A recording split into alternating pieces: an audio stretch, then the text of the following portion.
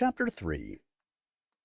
Cadmar took a sip of his wine, noticing his bride had been surrounded by a few of the noble's wives, their furtive glances at him and their worried expressions as they talked to her, telling him all he needed to know about their likely conversation. Melita, however, smiled at them, patting them on their hands before moving away to the next guest. His adviser, Jahan, spoke quietly, his voice pitched so only Cadmar could hear. "You chose well.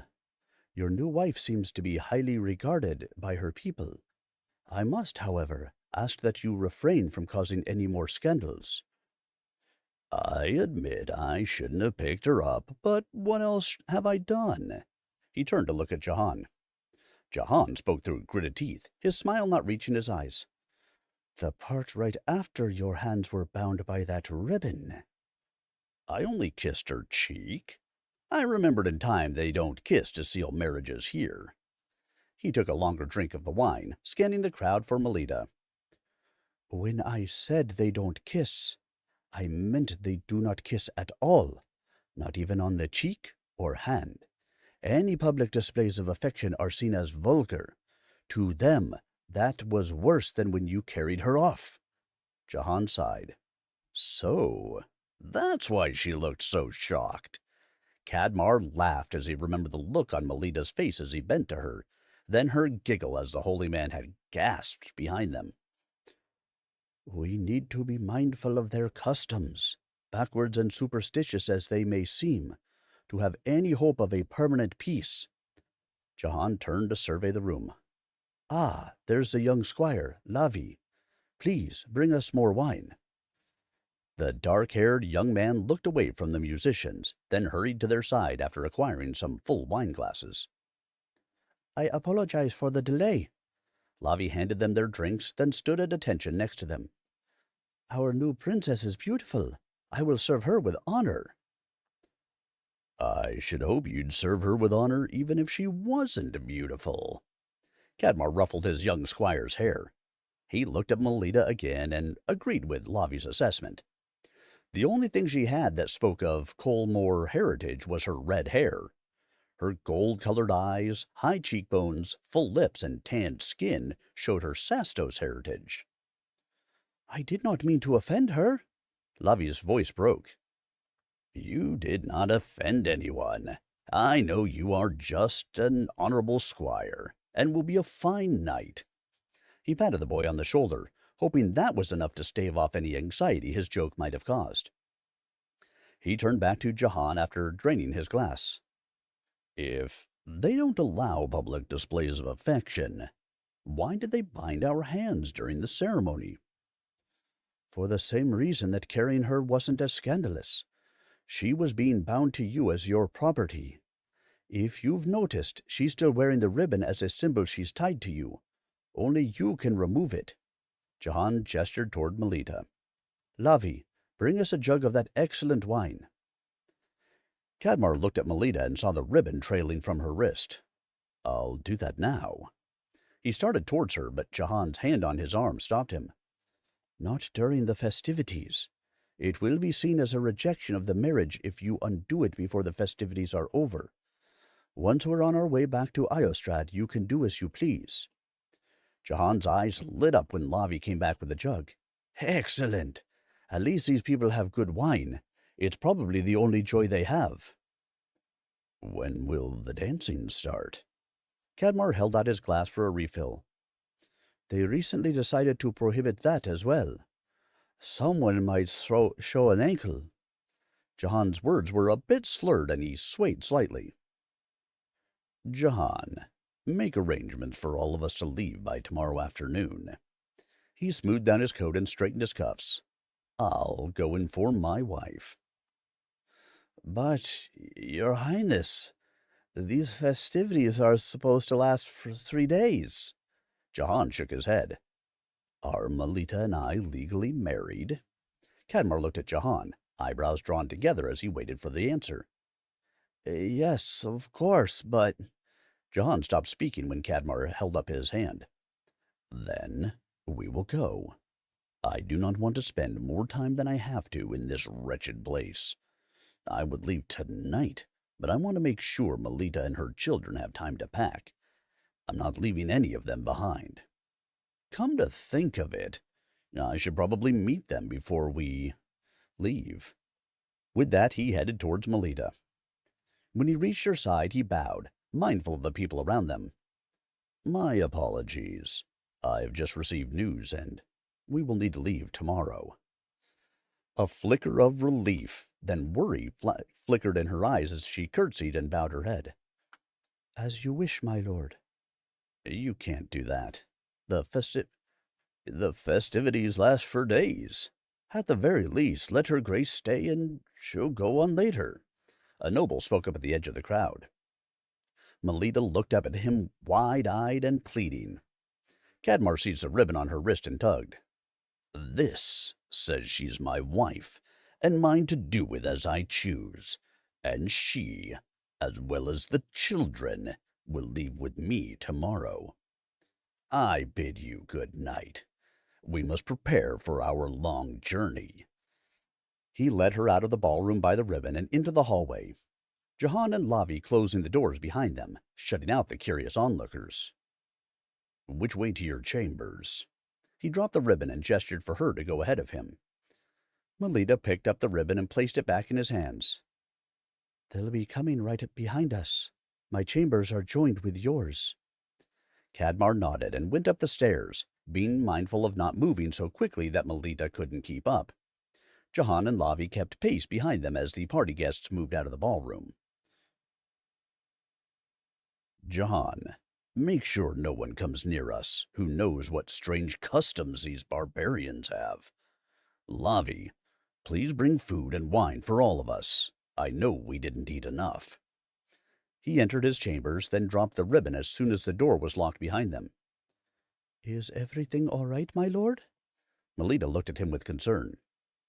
"Please, we're behind closed doors, and you're my wife. Call me Cadmar." He pulled out a chair by the fire. "Please, sit." Melita sat and he took the seat opposite her. "Did something happen in Iostrad?" Cadmar leaned towards her. "No. When Jahan informed me of all the rules, I decided it would be best for us to leave. I may have made a hasty decision, but it seemed for the best, especially after hearing that, according to local custom, I own you, something I find distasteful. If you would rather stay, we can, but I would prefer to get well away from here as soon as possible." "If we could leave tonight, I would." Melita beamed at him. "Thank you for your kindness." "It isn't just for you. I do not want to stay a minute longer than I have to in this joyless place. I apologize for kissing your cheek at the ceremony. I had no idea I was causing a scandal." He undid the laces at his throat and rolled his neck. "It was worth it to know the holy man was horrified." Melita laughed. "I need to inform the children and their maids about this turn of events. I will be right back." She stood up, still laughing. "No need to go that far. I can go for the servants." He reached for the bell, but stopped when she laid a hand on it. "They are right across the hall. It won't take that long. Make yourself comfortable." Her skirts rustled as she moved towards the door. "Can I go with you? I'd like to meet them." He straightened his jacket to look presentable. "I'll bring them here. It might be easier. I would also like to make the acquaintance of Lavi, as I haven't had the opportunity to speak with him." "I'll make sure he stays after he brings up the food and wine." He smiled as she slipped out the door, then sat down, suddenly nervous. A soft knock on the door brought him out of his reverie. "Come in." Lavi came in carrying a tray laden with food, Jahan close behind him with 2 bottles of wine. As he set the tray down on the table, Lavi spoke. "This should be more than enough, but the kitchen girl told me I can always get more." "Please, both of you, sit and eat. Melita is bringing her children so we can all be introduced. I hope there will be no issues with leaving tomorrow." He reached for some bread as Jahan poured them each some wine. "Not that I can think of. Unless Her Highness and the children are packing the whole castle. Jahan gave Cadmar his glass and sat next to him. She is just as ready to leave as I am. He smiled as he thought about her. The door opened and Melita came in with her children behind her. Cadmar rose to greet them. Cadmar, please meet my children. I have one other child, but she went across the sea to marry. This is Brind, my next oldest. Brind was a tall girl with dark hair and eyes, who strode forward confidently to shake his hand. Pleasure to meet you. I hope you keep your promises to our mother. He gave her a brief bow. Of course I shall. It's a pleasure to meet you as well. I see from your hands that you're an artist. There's a lovely sunroom you can use as a studio when we get home. I'll take a look when we get there. Who are you? Bryn turned to Lavi as Melita brought the next child forward. This is Lark. Melita brought Lark forward. Hello. Lark gave him an unenthusiastic greeting, his thick, dark hair almost obscuring his green eyes. Lark, your mother told me about you. Rest assured, in Iostrad, people will respect you and not force you into wearing certain clothes or acting in certain ways. You are your mother's son, and that is how you will be known. Lark looked up at him sharply, tears brimming in his eyes. Thank you. He looked away and went to join Brind. This is Jade, my youngest.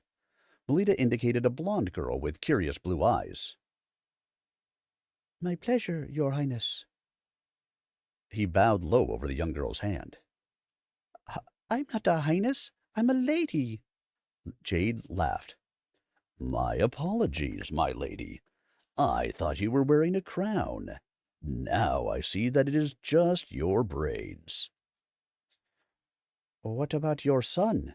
Melita asked, looking around. I did not bring him. He is with his nanny.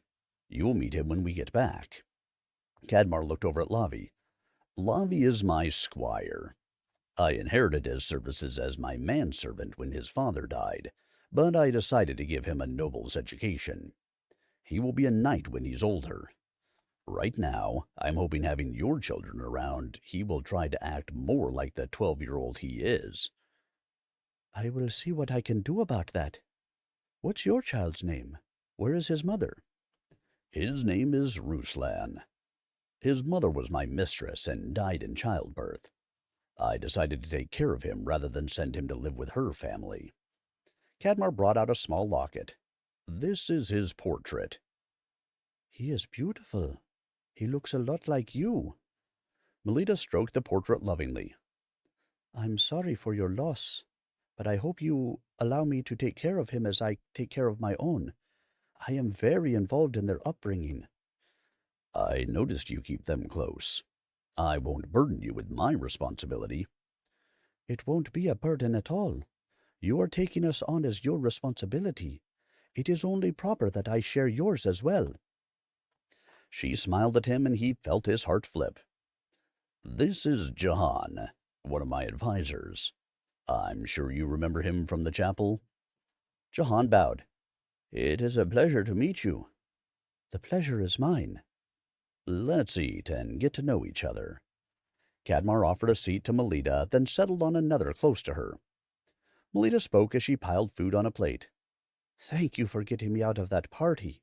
The nobles are a close-minded bunch, and it would have been a few hours until we could eat. Here you go. She handed him a plate, then busied herself preparing another one. Thank you. Cadmar took a bite of his food as he watched her. You're welcome. Tell me more about your studies. I don't recall any papers with your name on them. Melita took a bite and made a face. I had forgotten the kitchen had to prepare food the Colomore way.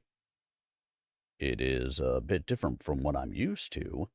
I take it you prefer Sastos food? He took another bite. I do. The flavors are more complex. Iostrad food has some similarity. Melita set her plate down. I'll ring the cook and ask her to bring some food up. I know she always makes a big Sastos meal as well. That would be wonderful. As far as my studies, I have not published anything yet. It's part of the reason for seeking you out and avoiding the other arrangement. Marriage to her would have kept me busy with political intrigue rather than scholarly work."